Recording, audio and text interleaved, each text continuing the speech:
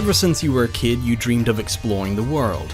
You don't want to just travel and see the sights, you want to make life-changing discoveries, make a ton of money, and become famous while you're at it. There are many ways to go about doing this, though you choose to become a treasure hunter and join the Renowned Explorer Society. There are a lot of ancient treasures and civilizations for you to find, and you think there's no one better in the world to do this than you. Maybe you're a scientist, an archaeologist, or even a warrior. Whatever the case, as long as you find treasure, you're welcome in this elite travelers club. But hold on, when you join, you learn of a ritual the club puts on every year. There's a competition to find the most treasures and the most valuable ones. Whoever wins becomes the most renowned explorer in the world. You eagerly join the competition, put together a team with 2 other adventurers, and set out on 5 expeditions around the globe in search of treasure, fame, historical discoveries, and of course, your dreams.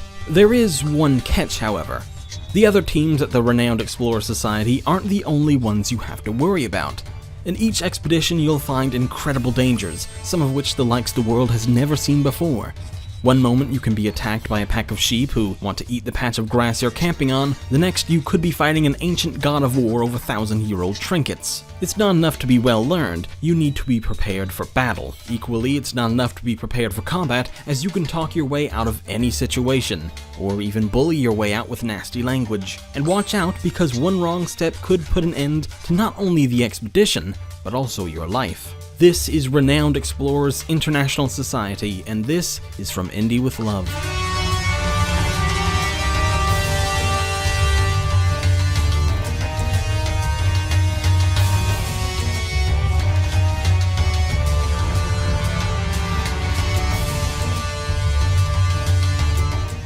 Renowned Explorers is a hard game to summarize.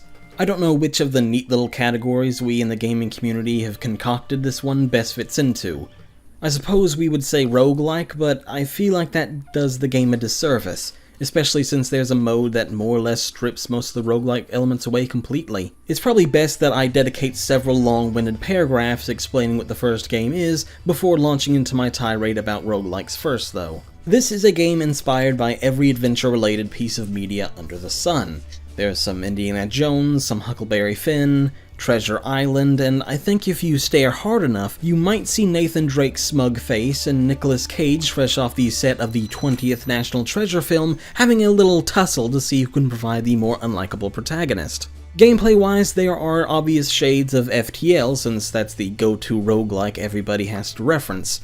Maybe Darkest Dungeon if you prefer. But don't be confused, Renowned Explorers doesn't really copy FTL, only swapping out the spaceships for a bit of old-fashioned treasure hunting. Instead, developer Abbey Games actually did what real, good creators would do, and took inspiration from those sources, and used that as a starting point to create something entirely unique. That uniqueness is, admittedly, not very obvious on the surface. You've got your typical roguelike elements of putting a team of characters with different attributes together based on your desired playstyle. You then go exploring a grueling world map full of hostile encounters and random events. You come back to a main menu after every expedition and use the items you gathered to get better equipment or upgrade your characters. In truth, these elements, while incredibly well executed, aren't all that different from what you'll find in most roguelike games.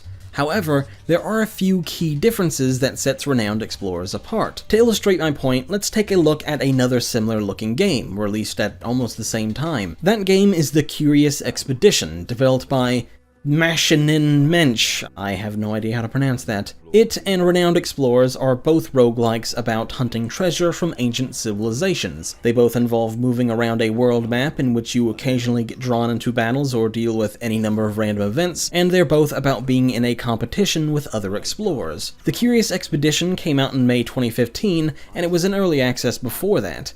Renowned Explorers hit in November of the same year. But these are two very different games on a gameplay level, and while The Curious Expedition is probably the more well-known game, Renowned Explorers is a superior one. On a purely superficial level, Renowned Explorers wins in a landslide. While The Curious Expedition traffics in overused, bland pixel art and frankly ugly mosaics, Renowned Explorers tells its story with truly gorgeous eye-popping art. The colors bleed out of the screen almost like it's a comic book. You can tell what everything is supposed to be at a glance without having to stare at it for ages or just guessing. This is a game that you will actually want to look at with its gorgeous vistas and fun character designs. But there's more than just superficial flair going on here. One of the things that I love about Renowned Explorers, especially over the Curious Expedition, is that it has a deeper, more engaging story. Don't expect Metal Gear Solid-esque cutscenes or The Last of Us levels of complexity, but there is a little something that gives the game a little more flair than the pure setup and exposition of the Curious Expedition. You're not just rushing to beat other explorers, you're rushing to beat the best explorer in the world, Rival O. See what they did there? You run into him and his team in the very first expedition in the game,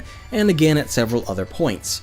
Rival O is, surprise surprise, a complete jackass who doesn't do much work for himself, instead getting his team to do most of the heavy lifting for him while he sits back and takes all the glory for himself. He's got a silver tongue around most people, putting on airs of a humble servant to humanity, just doing his part in bringing these treasures to where they belong, in a museum. But every time you see him, he pushes you out of the way and steals your treasure, or insults you, or even fights you. He doesn't hide his true self around you because he views you as weak and pathetic, unworthy of even occupying the same ground he does. A lot of the story is told in text, and you decide how you're going to respond to Rival O and his team. The same happens in all the various random encounters as well. Whereas text in the Curious Expedition does little more than explain why you would or wouldn't want to do something, or tell you where to go next, Renowned Explorers incorporates those same indicators into its story and characters. That's also where the art style comes back into play. Any game relying on the same limited pixel art as the Curious Expedition has to rely solely on text or voiceover to tell its story. Games that use defined art, like Renowned Explorers, can also incorporate characters' facial expressions and body languages as well, and that's what this game does so wonderfully. You'll watch your team, your opponents, and your friends all scowl when they get annoyed, laugh when someone tells a joke, or sport sinister grins when they're up to something mischievous, which is most of the time.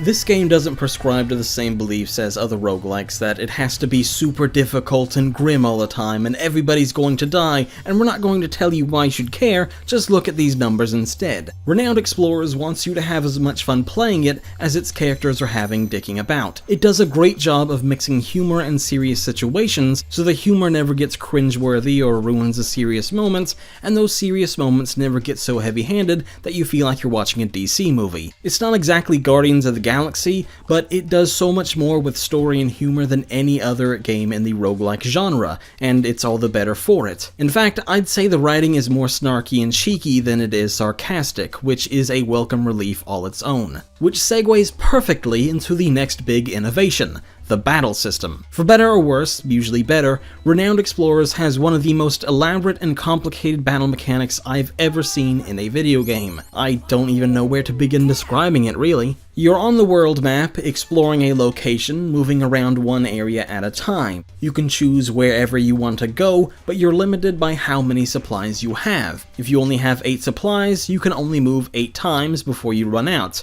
Unless there are some places that take 2 supplies each, but whatever. Running out of supplies doesn't mean it's game over. It simply means your crew starts taking on penalties. These penalties get worse the longer you go without supplies, but more on that in a second. On some of these moves, you'll run into encounters, which involve hostile groups of people or animals that want to fight you for whatever reason. You can choose to fight with standard attacks all the livelong day, but there are 2 other options. You could choose to use speech and talk your adversaries around peacefully. This involves using encouraging speeches or complimenting your opponent. It's not done like you'd find in an RPG like Fallout New Vegas or Mass Effect. You simply choose the speech option for each character and then decide who you're going to use it on. This also acts as healing for your own teammates. The other option also involves speech attacks, but instead of being nice, you're being mean.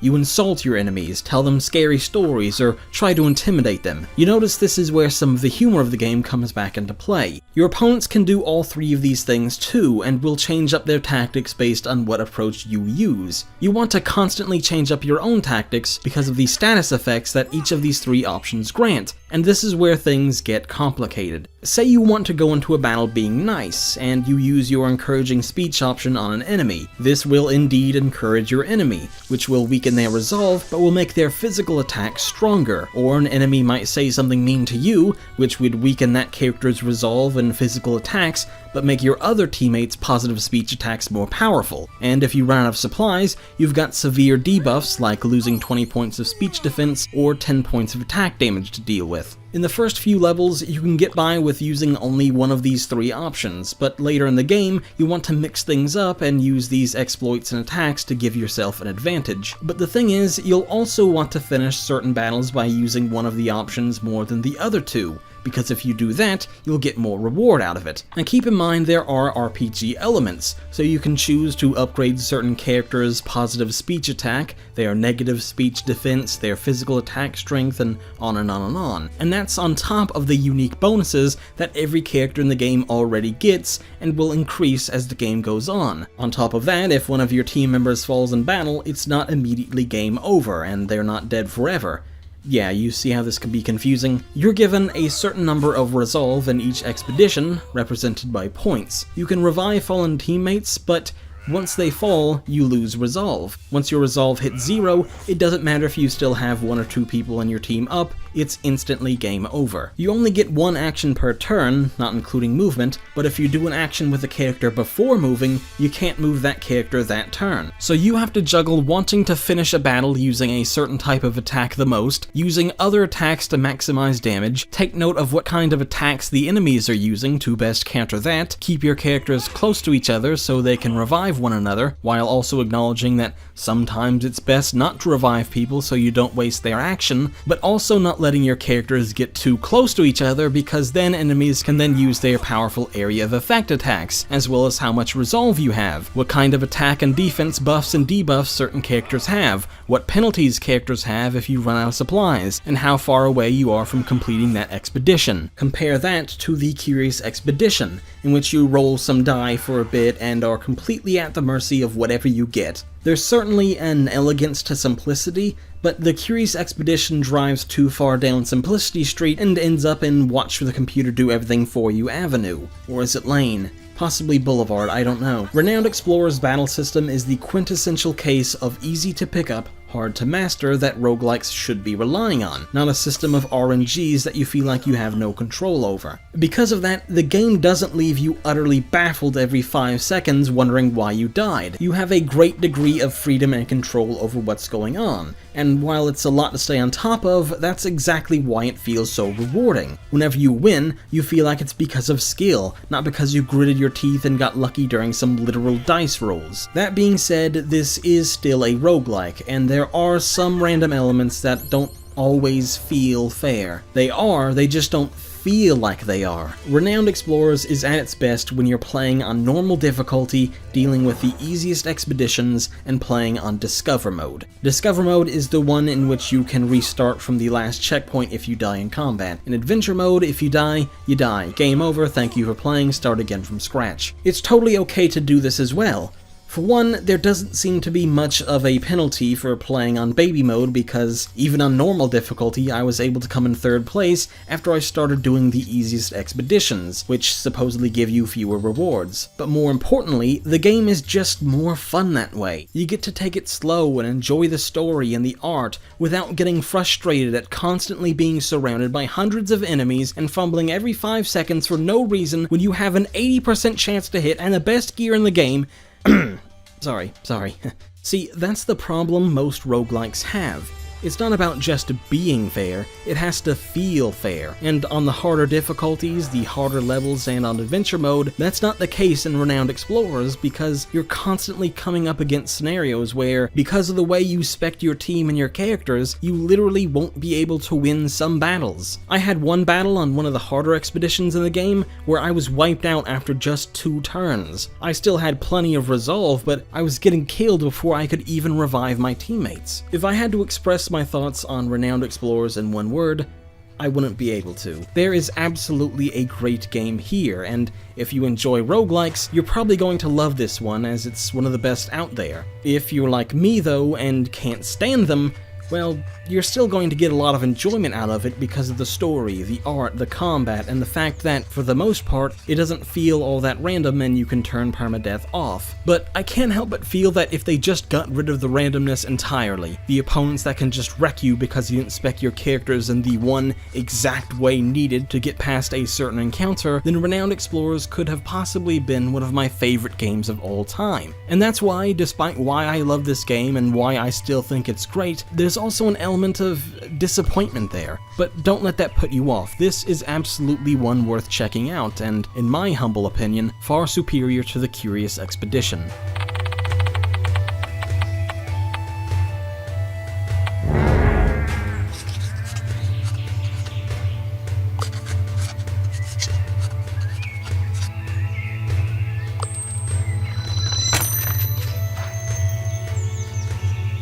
After a long hiatus from Clickist, I am so happy to be back. Look forward to seeing one video a week every Wednesday on this channel from now on. Or at least until I get bored and wander off again a month or two from now. But hey, whatever, you can't expect a 25-year-old man to stay committed to a job or anything, right? This video originally appeared on my own personal channel about 2 months ago, but I hope you enjoyed it nonetheless. As always, thanks for watching, and I'll see you next time.